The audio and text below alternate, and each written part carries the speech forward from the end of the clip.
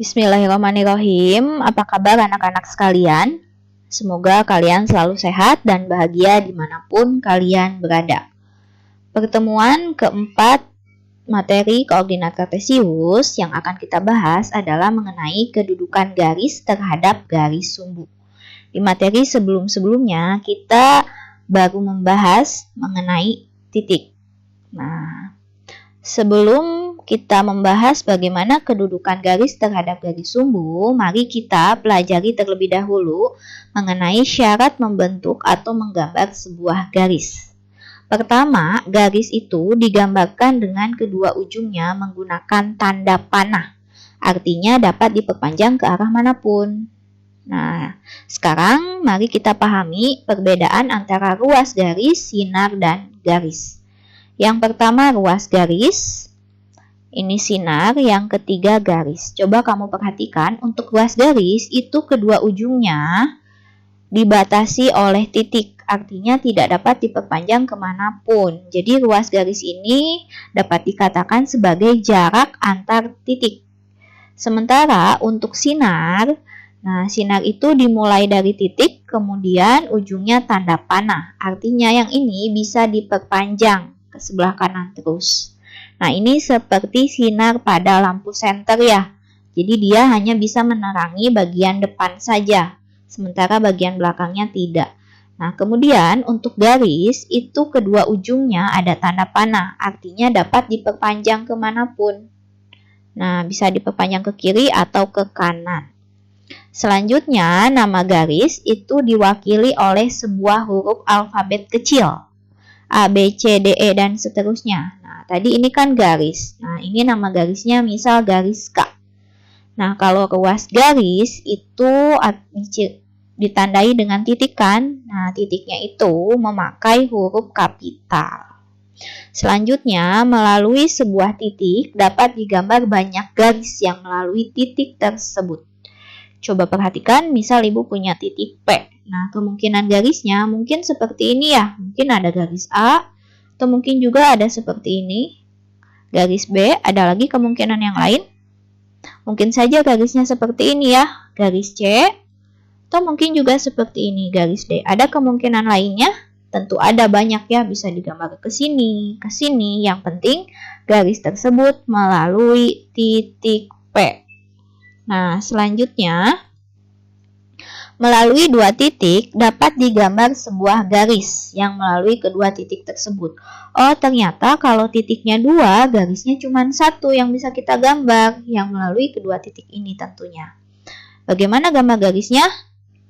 Nah, seperti ini ya. Nah, ini hanya ada sebuah garis yang melalui dua buah titik. Misal ini garisnya garis K, titiknya P dan Q. Apakah seperti ini garis?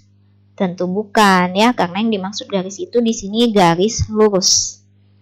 Nah, sekarang kita akan memahami 4 kemungkinan kedudukan dari dua buah garis, yaitu berhimpit, sejajar, berpotongan, dan tegak lurus. Pertama, berhimpit. Contohnya seperti ini, garis biru, garis merah. Nah, kalau berhimpit seperti ini gambarnya. Ya, ini contoh yang berhimpit. Kemudian, untuk yang sejajar. Nah, ini sejajar. Jadi nanti garis biru atau merah, jika diperpanjang kemanapun, itu tidak akan pernah bertemu. Kenapa? Karena di sini jarak mereka selalu sama. Nah, gambar kemungkinan lainnya mungkin saja gambarnya seperti ini. Ini juga disebut sejajar. Karena jaraknya ini selalu sama. Atau ketika diperpanjang kemanapun, mereka tidak akan pernah bertemu. Atau mungkin juga gambarnya bisa mendatar seperti ini. Nah, ini juga disebut garis yang sejajar ya. Selanjutnya berpotongan. Nah, garis biru dan garis merah ini kan bertemu ya, disebutnya berpotongan. Berpotongannya di sini. Nah, ini disebutnya titik potong. Ya. Kedua garis yang saling bertemu atau berpotongan itu pasti memiliki titik potong, tipot. Nah, ciri yang lain di sini garis yang berpotongan itu pasti membentuk sudut. Nah, di sini dia ngebentuk sudut 1, 2, 3, 4 ada sudut ya. Nah, selanjutnya tegak lurus. Nah, misal ibu punya garis biru dan merah, ini juga sama berpotongan di titik ini. Nah, tapi perbedaannya apa? Nah, perbedaannya sudut yang dibentuk garis biru dan garis merah itu membentuk sudut 90 derajat atau siku-siku. Nah, barulah dia disebut tegak lurus. Jadi tegak lurus itu sebenarnya kedudukan garis yang saling berpotongan, namun sudut yang dibentuknya itu 90 derajat. Contoh yang lain gambar tegak lurusnya mungkin seperti ini. Ini yang mendatar, ini yang tegaknya. Ini saling berpotongan di sini dan membentuk sudut 90 derajat. Nah, selanjutnya yang akan kita bahas secara lebih dalam adalah kedudukan garis yang sejajar dan tegak lurus. Nah, garis yang sejajar sumbu X. Sumbu X yang ini kan, yang warna merah. Nah, bagaimana garis yang sejajar sumbu X? Nah, mungkin gambarnya seperti ini ya, garis K. Nah, mereka jika diperpanjang kemanapun nih, tidak akan pernah bertemu karena jarak mereka ini sama, 5 kotak, 5 kotak, 5 kotak. Nah, garis K dan sumbu X ini disebutnya saling sejajar. Atau mungkin gambarnya juga seperti ini, garis L, bisa juga seperti ini, garis M, bisa juga seperti ini, garis N. Jadi kemungkinannya banyak. Nah, yang harus kamu pahami adalah bagaimana posisi garis yang sejajar itu. Selanjutnya adalah garis yang sejajar sumbu Y. Sumbu Y ini ya, yang tegak. Nah, bagaimana garis yang sejajar sumbu Y? Ya, berarti sama ya arahnya, tegak juga. Nah, mungkin seperti ini garis P, atau mungkin seperti ini juga garis Q, atau seperti ini garis M, atau garis S. Banyak kemungkinannya ya. Nah, garis-garis yang berwarna biru ini adalah garis yang sejajar sumbu Y. Karena diperpanjang ke atas atau ke bawah pun tidak akan pernah bertemu sumbu Y. Atau jarak kedua garisnya ini selalu sama ya. Kalau ini kan satu kotak, satu kotak, satu kotak. Nah, kalau garis ini dengan garis R itu 1, 2, 3, 4, 5. 5 kotak, 5 kotak, 5 kotak. Semuanya 5 kotak. Nah, berikut adalah garis yang sejajar sumbu X dan sumbu Y. Sekarang bagaimana dengan garis yang tegak lurus dengan sumbu X? Sumbu X itu tadi yang ini. Nah, garis yang tegak lurus, berarti yang ini udah yang mendatar, berarti sekarang kita gambar yang tegaknya. Gambar yang tegaknya mungkin seperti ini. Nah, apakah ini tegak lurus? Kita lihat, mereka saling berpotongan di sini. Nah, berpotongannya apakah membentuk sudut 90 derajat? Iya. Nah, karena iya, berarti kedua garis ini dia saling tegak lurus. Atau garis P tegak lurus dengan sumbu X. Nah, titik potongnya di sini adalah negatif 5,0. Lihat, nilai pada sumbu X-nya negatif 5, nilai pada sumbu Y-nya 0. Jadi, negatif 5,0.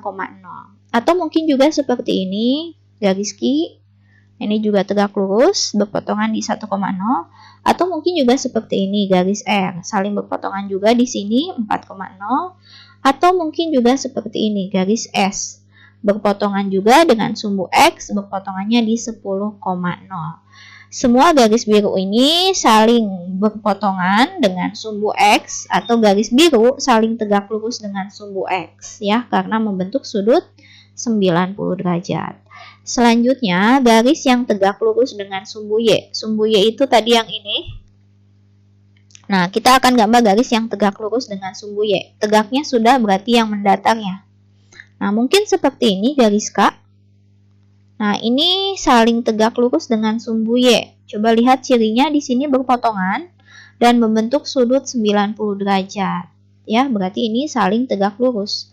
Titik potongnya adalah 0,5. Coba lihat nilai pada sumbu X-nya 0, nilai pada sumbu Y-nya 5. Jadi 0,5. Atau mungkin seperti ini garis L.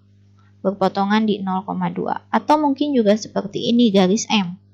Berpotongan juga di 0,-3. Nah, atau juga seperti garis N. Berpotongan juga tegak lurus di 0,-4. Jadi ini garis-garis yang hijau merupakan garis yang tegak lurus dengan sumbu Y.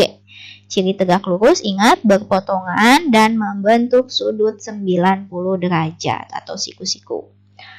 Nah, apa yang dapat kita simpulkan? Pertama, nih ya, coba lihat. Misal ibu punya garis A. Garis A ini dengan sumbu X itu sejajar ya, karena tidak pernah bertemu. Kemudian jarak mereka selalu sama. Nah, sekarang bagaimana nih kedudukan garis A dengan sumbu Y? Saling apa mereka? Nah, ini saling berpotongan nih di sini. Kemudian lihat sudutnya. Nah, oh ternyata berpotongannya 90 saling atau membentuk sudut 90 derajat. Berarti garis A dan sumbu Y itu saling tegak lurus. Nah, jadi bisa disimpulkan nih, jika suatu garis sejajar dengan sumbu X, maka garis tersebut pastilah tegak lurus dengan sumbu Y. Ya. Nah, bagaimana kebalikannya? Kita lihat. Ini garis P. Nah, garis P ini dengan sumbu Y gimana? Saling sejajar ya. Tapi jika garis P ini dengan sumbu X saling apa ini? Nah, saling tegak lurus ya. Nah, iya, berarti berlaku kebalikannya.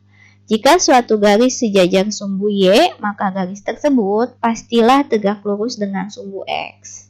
Jadi saling berkebalikan ya. Kalau sejajar dengan sumbu X, berarti tegak lurusnya dengan sumbu Y. Jika sejajarnya dengan sumbu Y, maka tegak lurusnya dengan sumbu X. Nah, semoga kamu paham. Sekian pembelajaran dari Ibu. Silakan jawab pertanyaan di bawah ini. Selamat belajar. Assalamualaikum warahmatullahi wabarakatuh.